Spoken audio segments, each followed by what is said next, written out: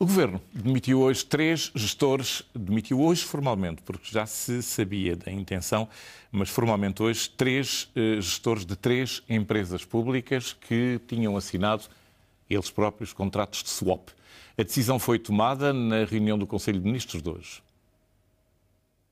A polémica em torno dos contratos de alto risco já tinha feito cair 2 secretários de Estado e agora caem mais 3 gestores públicos. Ao que a SIC apurou, saem Silva Rodrigues, da Carris, João Val Teixeira, da EGREP, entidade que gera as reservas petrolíferas, e Paulo Magina, da ESPAP, antiga Agência Nacional de Contas Públicas. Do universo de gestores que o Governo estava a investigar, estes 3 continuavam a desempenhar funções depois de terem assinado contratos de alto risco. São agora afastados do cargo depois do relatório da Agência de Gestão da Dívida Pública ter concluído que os swap podem causar grandes prejuízos ao Estado. Estão só a ser considerados pessoas que tinham funções à data de presidente executivo, de administrador financeiro ou de diretor financeiro e estiveram envolvidos diretamente na negociação desses produtos. Não há aqui nenhuma caça às bruxas, demonização do que quer que seja. Há instrumentos desta natureza que são muito saudáveis para a vida das empresas, eles não podem ter uma natureza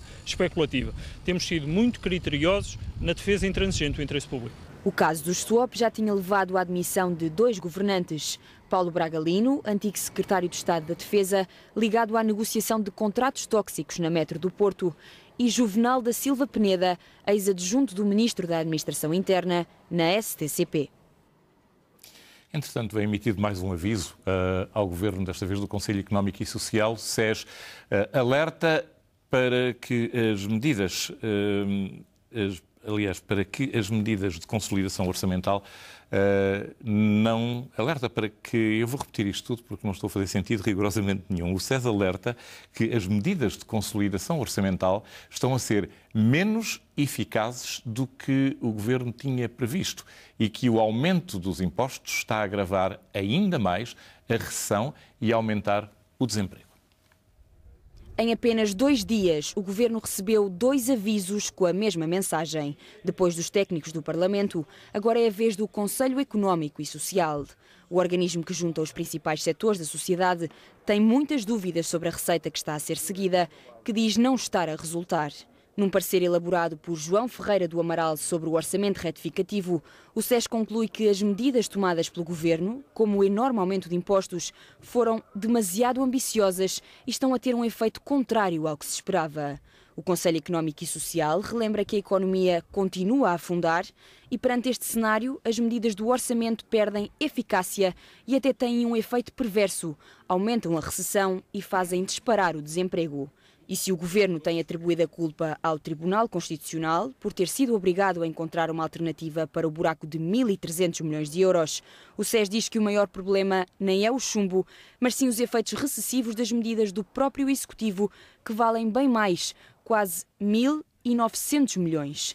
Por isso, o Conselho Económico e Social deixou aviso. As medidas previstas para reduzir o déficit do lado da receita podem ficar longe do que se previa e pôr até em causa as metas estabelecidas com a Troika. Este parecer, repleto de avisos, vai ser discutido pelos conselheiros do SES já esta sexta-feira. Depois, seguirá para o Parlamento.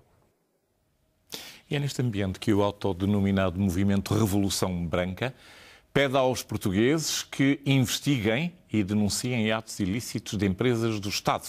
Este movimento, recorde-se, começou com o recrutamento de voluntários para trabalhar num gabinete de investigação de denúncias de atos de gestão que possam ser eventualmente levados a tribunal.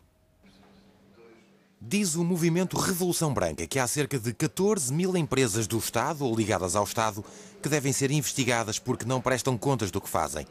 Os responsáveis deste movimento cívico querem construir um gabinete que investigue denúncias de atos ilícitos na gestão pública que possam ser levados a tribunal. O movimento não tem nenhum tipo de vocação para denúncia particular, concreta ou específica contra A, B ou C. Não nos move, nunca nos moveu, situações de política imediata do Estado. Nós nunca nos pronunciamos sobre o Governo, sobre a oposição, sobre a política A, a política B, a política C, que não é essa a nossa vocação. É um exercício de cidadania. É um exercício de cidadania corretíssimo a nível da estrutura e a nível da estrutura do Estado. O movimento Revolução Branca aponta o dedo ao Ministério Público para dizer que não foi feita nenhuma investigação dos casos já apresentados às autoridades.